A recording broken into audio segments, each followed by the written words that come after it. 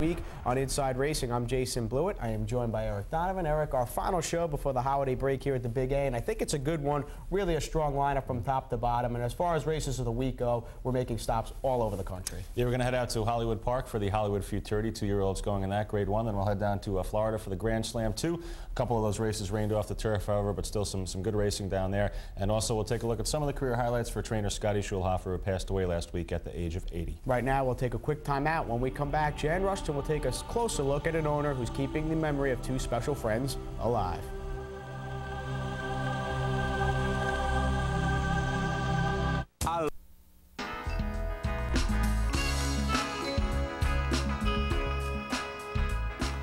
Hello and welcome to A Closer Look. I'm Jan Rushton. Well, it's not often that the worlds of horse racing collide with the world of professional hockey.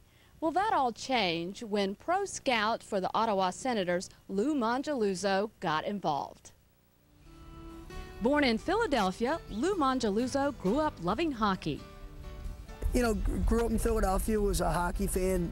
You know, my mom had watched hockey in the 50s and, you know, really liked the game and was a good skater, went on to high school. You know, was a pretty good player at that level in that area. Got an opportunity to go to college. That panned out, coached a year junior, went to Europe and played for a while, had some success at home, came home, got a college job, worked at RPI, Colgate, Princeton, and then, you know, it just gathered steam and went on to work in pro hockey. And then from there, it's been a great ride. Lou had also developed a passion for horses at a young age under the influence of his father. As a child, went to the Standardbreds. My dad took me, and then was fascinated by it. Worked with horses for half a dozen years. And after that, when simulcasting became a thing of age, I met some thoroughbred people and was taken over by the thoroughbreds. You know, kind of really just enjoyed that a whole lot more.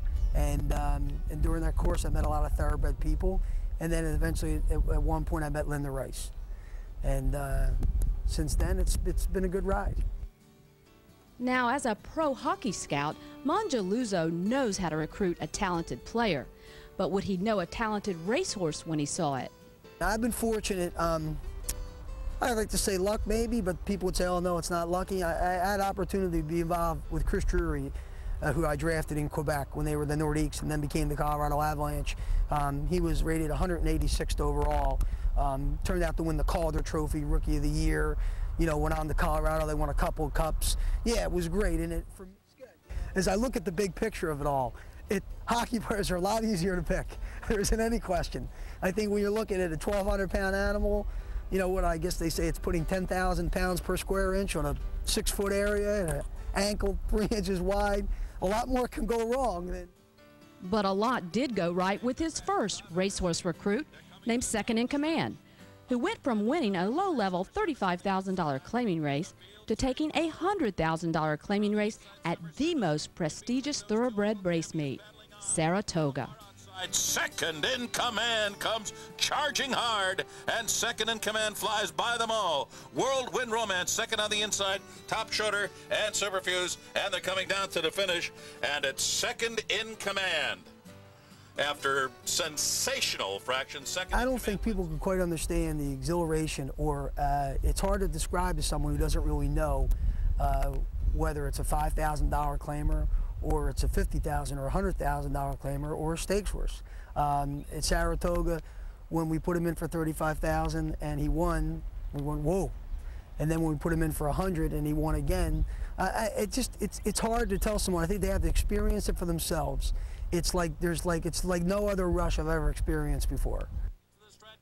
And to prove it wasn't just beginner's luck, Lou's next recruit was 2-year-old colt Yankee Master, who burst onto the racing scene to win his first start in sparkling fashion at Belmont, and then went on to win the Bourbon Stakes at Keeneland. On the outside, Yankee Master and Jose Santos. Now they've got the lead. It's Yankee Master in front, pulling away from Spike Gavellian, Ernie Bogan, and all the rest. Yankee Master rambles home to a clear-cut victory. Now Mongeluzzo and his trainer, Linda Rice, are optimistic about their new player, a rookie, an unraced 2-year-old with a special name, Ace's Mark. He'll be carrying the spirit of Ace Bailey and Mark Bavis, two of hockey's finest, who both lost their lives tragically aboard United Flight 175 that crashed into the World Trade Center on 9/11. You know, Ace's Mark obviously is named after Ace Bailey and Mark Bavis, two fellows that worked in the hockey business. So obviously we called them Ace's Mark. We thought that was perfect, you know, for those guys, and it was a way to keep their spirit and memory alive in a different fashion. They have a foundation for each of them, but being in the horse game, I thought this would just be a way to just hopefully actively on a given day or month be able to look at it and say, hey, Ace's Mark is in today. Whether it's a scout in Boston or Chicago, or a manager in St. Louis like Larry Plow, or a coach like Joel Quenneville in Colorado, to say, wow, the horse is running. The first partner was Dave Taylor, who was the general manager of the Los Angeles Kings, and obviously Ace and Mark worked for the LA Kings. Joel Quenneville, who's the coach in Colorado, who's got some brood mares. Peter Laviolette in Carolina. Eddie Olczyk, who's had some horses, and I think he's a friend of Nick Zito, actually. Anders Hedberg, just many hockey people, and more have come on since obviously we started this back in April. The partners also found a way to involve the hockey fans. What we did with that was we got to a point where Paul Merritt with the Buffalo Sabres had said, you know, you ought to have a raffle for the fans. Give them an opportunity to send in $50, and then after every 40 or 50 tickets, we'll pull out a chance, and the winner gets a 1% share of the horse. So actually it's doing well. We sold, it looks like there'll be a couple shares.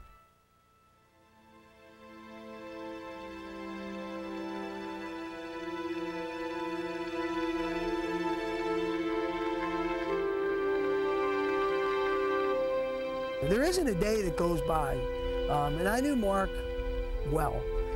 Ace I knew to see, you know, every month or two. There isn't a day that goes by. I don't think people in our business don't think of those guys. I mean, you know, they were just such good people. They were genuine, they were caring, and that's what makes it even more of a testament to them. Like, they were fantastic people, and I don't think we'll ever forget them.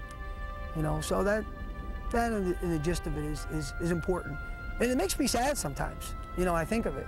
You know, young Mark's such a young fellow. You know, Ace certainly not an old guy. Just, you know, full of life in their prime of their lives. They did a lot for a lot of people, and sometimes, I don't know, the good die young, I guess. And that's why, like, for me, you know, people can talk about money all they want. You know, my dad used to tell me, it's not what you do in life, where you go in life, what you have in life, what you've done in life, but it's what you become in life. And I think that's a key way that I try to live my life, and I know those people were very similar to that. That's all that, you know, it's about what you are. It's not about what you have or what you've done, it's about what you've become. And I think that both Mark and Ace were very much right on par with that. They were very much like that as people.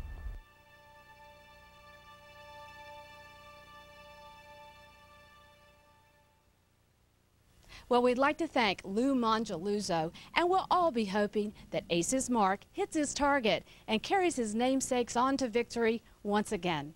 For a closer look, I'm Jan Rushton.